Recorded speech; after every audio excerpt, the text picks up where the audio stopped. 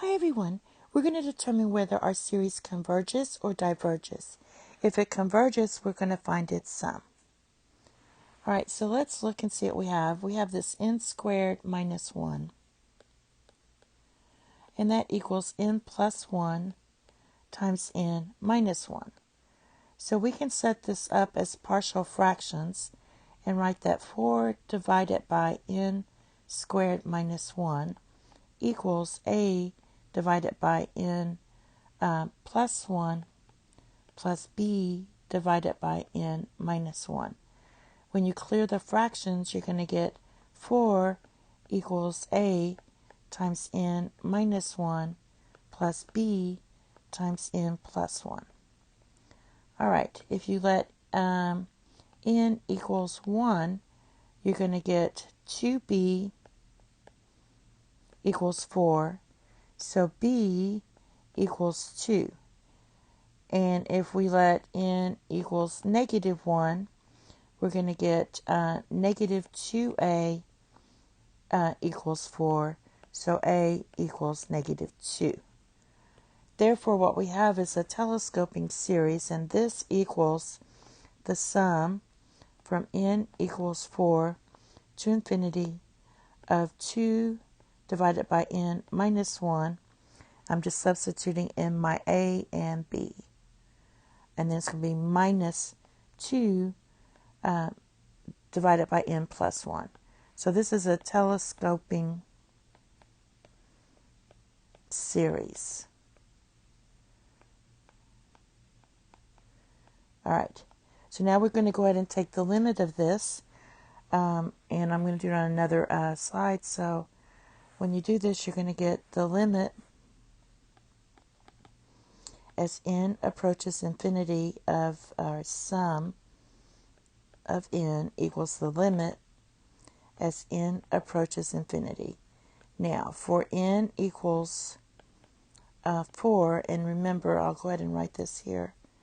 We had n equals 4 to infinity of 2 divided by n minus 1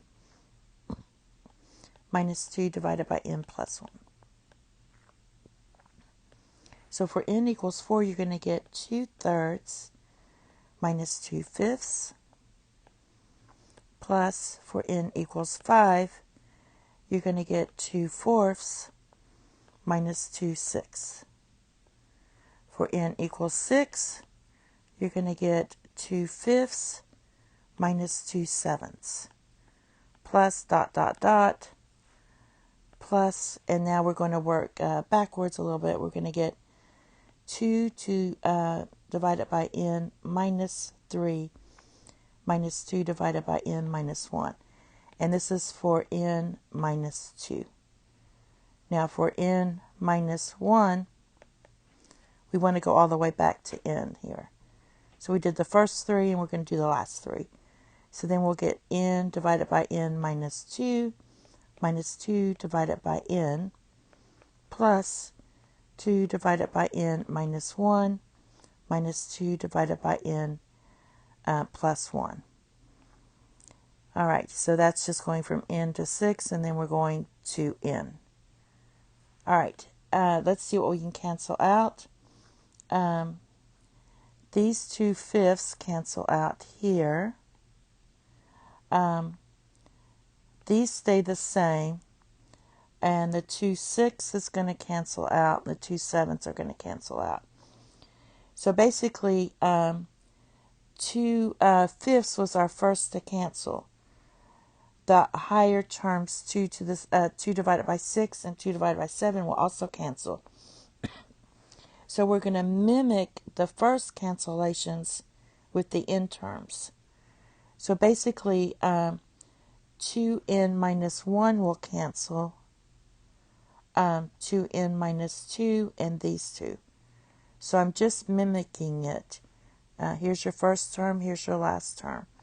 We had this one, and so we're going to have this one. So what we're going to get is the limit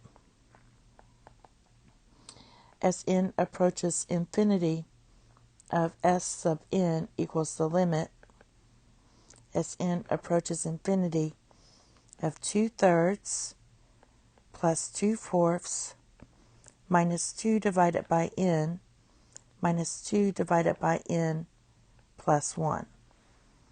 Now, if you apply the limit to these two, these both are going to go to 0. So this is going to be 0 and this is going to be 0 as n approaches infinity. So basically we just have these two left.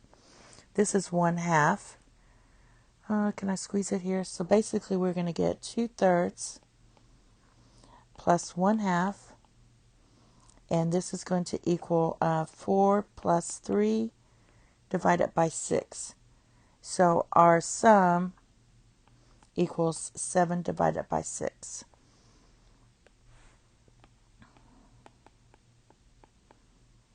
And that's it. Thank you. Have a nice day. Bye-bye.